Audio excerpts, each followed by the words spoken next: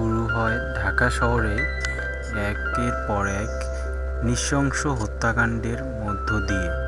প্রতিটি হত্যার পর ঘাতক দুধ দিয়ে গোসল করে। এটি ছিল কুখ্যাত গ্যাংস্টার ইউসুফের স্বাক্ষর। কিন্তু ইউসুফ তো অনেক আগেই মারা গেছে বলে ধরে নেওয়া হয়েছিল। তাহলে কে এই নতুন ঘাতক, যে ইউসুফের স্টাইলে হত্যা করছে? টিভি মিডিয়ার গুঞ্জন ছড়ায় ইউসুফ কি আবার ফিরে এসেছে। পুলিশ একজন গ্যাংস্টারকে জিজ্ঞাসাবাদ করে। সে জানায় ইউসুফ কোনো সাধারণ অপরাধী ছিল না, পুরো ঢাকা শহর তার নিয়ন্ত্রণে ছিল। সে হত্যার পর দুধ দিয়ে গোসল করত এবং একটি অপরাধ সাম্রাজ্য গড়ে তুলেছিল, যার রাজা ছিল সে নিজে। কিন্তু সে আরও জানায়, ইউসুফ মারা গেছে, আমি নিজে তার লাশ দেখেছি। এদিকে পুলিশের আইনজীবীকে একজন অফিসার জানায়, আমি নিজে ইউসুফের লাশ শনাক্ত করেছিলাম, সে মারা গেছে। এখন তার নাম ভেঙে অন্যরা এই হত্যাকাণ্ড ঘটাচ্ছে। সিন পরিবর্তন হয় এবং আমাদের সামনে আসে লেডি পুলিশ অফিসার জাহান। সে ছদ্মবেশে একজন গ্যাংস্টার মেম্বারের কাছে যায় এবং জিজ্ঞাসা করে, ইউসুফ কোথায়? গ্যাং মেম্বার জানায় ইউসুফ বেঁচে নেই, তাকে সুশীল শাহীনের লোকজন সিলেট যাওয়ার পথে ট্রেনে মেরে ফেলেছিল। এখন সুশীল শাহীনের পরিচয় দেওয়া হয়, সে এখন ঢাকার সবচেয়ে বড় গ্যাংস্টার। একটি ঘটনায় সে তার গুরুকে হত্যা করে ক্ষমতা দখল করে। শাহীন তার লোকদের জিজ্ঞাসা করে, ইউসুফ কি ফিরে এসে এই হত্যাকাণ্ড ঘটাচ্ছে? সে লোক ইউসুফকে গুলি করেছিল। সে জানায় এটি সত্য নয়, আমি তাকে সিলেট যাওয়ার পথে ট্রেনে মাথায় গুলি করে মেরেছি, তার বেঁচে থাকার কোনো সম্ভাবনা নেই। জাহান আইনজীবীর কাছে গিয়ে বলে, হয়তো ইউসুফই এই হত্যাকাণ্ড ঘটাচ্ছে, আমি তাকে যেভাবেই হোক খুঁজে বের করব। সে দুজন সন্দেহভাজনকে ধরে এনে জিজ্ঞাসাবাদ করে, কিন্তু তারা বলে, আমরা ইউসুফকে চিনি না, আমরা নিজেদের সাম্রাজ্য গড়তে একটি হত্যাকাণ্ড করছিলাম। এদিকে একজন পুলিশ জাহানকে জানায়, সিলেটের 3 জনের চেহারা ইউসুফের সাথে মিলে গেছে। জাহান তার সিক্স সেন্সের উপর ভর করে সিলেটে পোস্টিং নেয়, কারণ তার দৃঢ় বিশ্বাস ইউসুফ সিলেটেই লুকিয়ে আছে। সিলেটে গিয়ে জাহান একজন স্কুল শিক্ষক লাবু মাস্টারকে ধরে আনে। লাবু চারুকলা থেকে পড়াশোনা করা একজন শিল্পী, যাকে সবাই লাবু মাস্টার বলে ডাকে। জাহান তাকে জিজ্ঞাসা করে, তুমি ইউসুফ, স্বীকার করো। লাবু বারবার বলে, আমি ইউসুফ নই, আমি লাবু মাস্টার, আমার বাড়ি বরিশাল। লঞ্চ দুর্ঘটনায় পরিবার হারানোর পর আমি সিলেটে চলে এসেছি।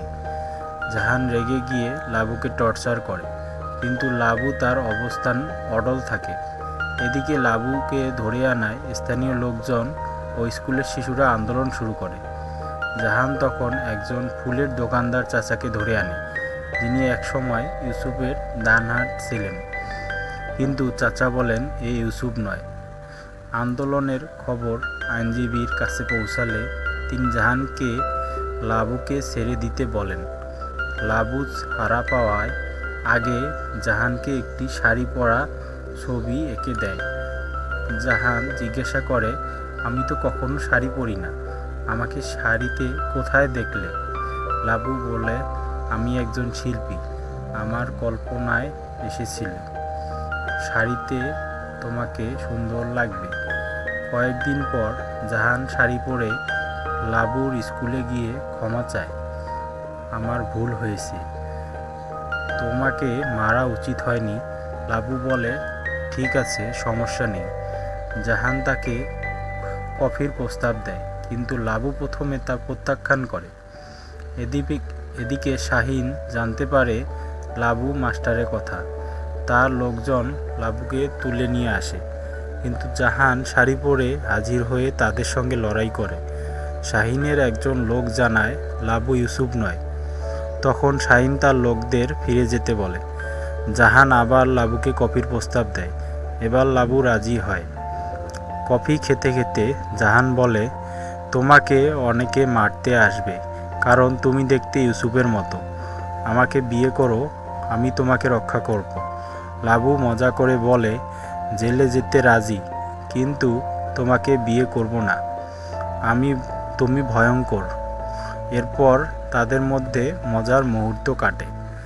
জাহানের মাও লাবুর কাছে বিয়ের প্রস্তাব নিয়ে আসে এবং অবশেষে তাদের বিয়ে হয়। বিয়ের পর তাদের রোমান্স শুরু হয়। হানিমুনে লাবু জাহানকে জঙ্গলে নিয়ে যায়, যা নিয়ে জাহান অভিযোগ করে, সবাই ব্যাংকক যায় আর তুমি আমাকে জঙ্গলে নিয়ে এলে যে। তখনই শাহিনের লোকজন তাদের আক্রমণ করে। তারা জাহানকে ধরে বলে, আজ তোকে কে বাঁচাবে, তোর জামাই তো দুর্বল। তারা জাহানের উপর হামলার চেষ্টা করলে লাবু হঠাৎ তার আসল রূপ দেখায়, একে একে সবাইকে নির্মমভাবে মারে। শাহিনের প্রথম লোক তার হাত স্টাইল দেখে চমকে ওঠে, বলে, ইউসুফ, লাবু তোকেও মেরে ফেলবে। জাহান স্তব্ধ হয়ে যায়। বাড়ি ফিরে জাহান বলে, আমি জানতাম তুই ইউসুফ, আমার সিক্স সেন্স কখনো ভুল হয় না, তুই আমার বাবাকে মেরেছিস। এই বলতে বলতে সে অজ্ঞান হয়ে যায়।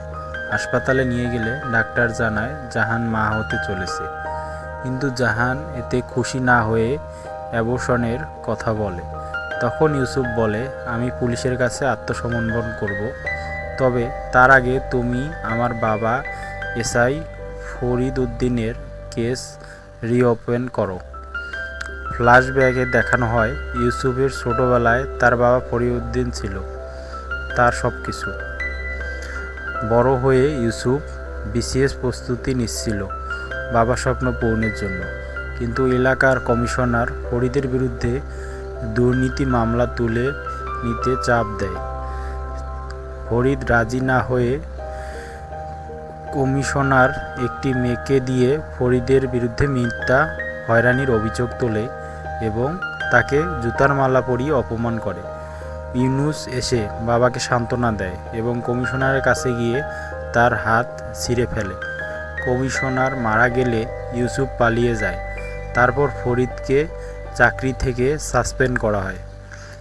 ইউসুফ নিজেকে বাঁচাতে গিয়ে গ্যাংস্টার হয়ে ওঠে এবং ঢাকার দক্ষিণের নিয়ন্ত্রণ নেয়। সুশীল শাহীন ঢাকা উত্তরের গ্যাংস্টার। ইউসুফের সঙ্গে বিরুদ্ধে জড়ায়। ফরিদ তামাবিল বর্ডারে ট্রান্সফার নেয়। শাহীন ইউসুফের বাড়িতে বোমা হামলা চালায়, যাতে ফুলের দোকানদার চাচার একটি পা ঝলসে যায়। প্রতিশোধ নিতে ইউসুফ শাহীনের অনেক লোককে মেরে ফেলে। ফ্ল্যাশব্যাক শেষে ইউসুফ জাহানকে বলে, তোমার বাবা তামাবিল বর্ডারে একটু স্কুল বোমা হামলায় মারা গেছেন। বোমাগুলো বর্ডারে দিয়ে এসেছিল আর সেদিন আমার বাবা ডিউটিতে ছিলেন। ফ্ল্যাশব্যাকে দেখানো হয় ফরিদ অসুস্থ হয়ে পড়লে অনেক পুলিশরা তাকে বাড়িতে পাঠায় এবং বোমা ভর্তি ট্রাক ঢুকতে দেয়। ফরিদকে দোষী করে সাসপেন্ড করা হয় এবং জেলে পাঠানো হয়। নিউজে বলা হয় ফরিদ ইউসুফের জন্য বোমা ঢুকতে দিয়েছিল। এতে জাহান ভাবে ইউসুফই তার বাবাকে মেরেছে। ইউসুফ তার বাবার সঙ্গে দেখা করতে গেলে ফরিদ বলেন, তুই যদি পুলিশ হতি তাহলে আমাকে নির্দোষ প্রমাণ করতে পারতি। পরের দিন ফরিদ অপমানে আত্মহত্যা করে। ইউসুফ জাহানকে বলে, তুমি আমার বাবাকে নির্দোষ প্রমাণ করো, আমি আত্মসমর্পণ করব। জাহান বলে, সুইসাইড নোট থাকায় কেস ওপেন করা যাবে না। এদিকে শমশের নামে একজন ডাক্তার হাসপাতালের মানব পাচারকারীদের মারে। সে 20 টাকার ডাক্তার নামে পরিচিত। শমশের ফরিদের মার্ডারের ফাইল নিয়ে কাইয়ুম নামে এক কর্মকর্তার কাছে যায়। কাইয়ুম স্বীকার করে, আমি টাকা খেয়ে ফরিদের মার্ডারকে সুইসাইড বলে চালিয়েছি। শমশের এই ভিডিও করে জাহানের কাছে পাঠিয়ে দেয়। জাহান কেস রিওপেন করে এবং আদালতে ফরিদকে নির্দোষ ঘোষণা করে। ইউসুফ খুব খুশি হয়, বাবার কবরে কাঁদে। শাহিন টেনশনে অসুস্থ হয়ে পড়ে। ইউসুফকে গুলি করা লোকটিকে মেরে ফেলেন। সে জাহান ও তার অনাগত সন্তানকে মারার পরিকল্পনা করে। জাহান হাসপাতালে ভর্তি হলে শাহিনের লোকজন তাকে আক্রমণ করে। শমশের এসে জাহানকে বাঁচায়। ইউসুফ শাহিনের সঙ্গে লড়াই করে তাকে মেরে ফেলে। আইনজীবী এসে ইউসুফকে আত্মসমর্পণ করতে বলে। শমশের তখন ইউসুফ ও আইনজীবীকে গুলি করে। জাহানের কোলে একটি ফুটফুটে সন্তান আসে। 1 বছর পর শমশের জাহানের সঙ্গে দেখা করতে আসে। জাহান জিজ্ঞাসা করে, ইউসুফকে কেন মারলে? শমশের বলে, আমি ডাক্তার, আমি জানি কোথায় গুলি করলে বাঁচবে। ইউসুফকে বাঁচানোর জন্যই গুলি করছি। সবার চোখে সে মৃত থাকাই ভালো। শমশের নিজেকে নতুন গ্যাংস্টার হিসেবে উপস্থাপন করে। এদিকে একজন নতুন গ্যাংস্টার ওরফে চঞ্চল চৌধুরী ফুলের দোকানদার চাচাকে মেরে ফেলে। ইউসুফকে চ্যালেঞ্জ করে দেয়। এতে বোঝা যায় ইউসুফ 2 খুব শীঘ্রই আসছে, যেখানে মোশাররফ করিম ও চঞ্চল চৌধুরীর মুখোমুখি লড়াই হবে। ইনসাফ একটি দারুণ গ্যাংস্টার সিনেমা। এখানে একজন সাধারণ মানুষের গ্যাংস্টার হয়ে ওঠার যাত্রা বাবার সঙ্গে জড়িত আবেগ দিয়ে চমৎকারভাবে ফুটিয়ে তোলা হয়েছে। সিনেমাটি বড় পর্দায় মুক্তি পেয়েছে। গল্পটি ভালো লাগলে হলে গিয়ে দেখুন। হলের অভিজ্ঞতা আশা করি দারুণ হবে। লাইক সাবস্ক্রাইব করে পাশে থাকবেন। সবাইকে অসংখ্য ধন্যবাদ।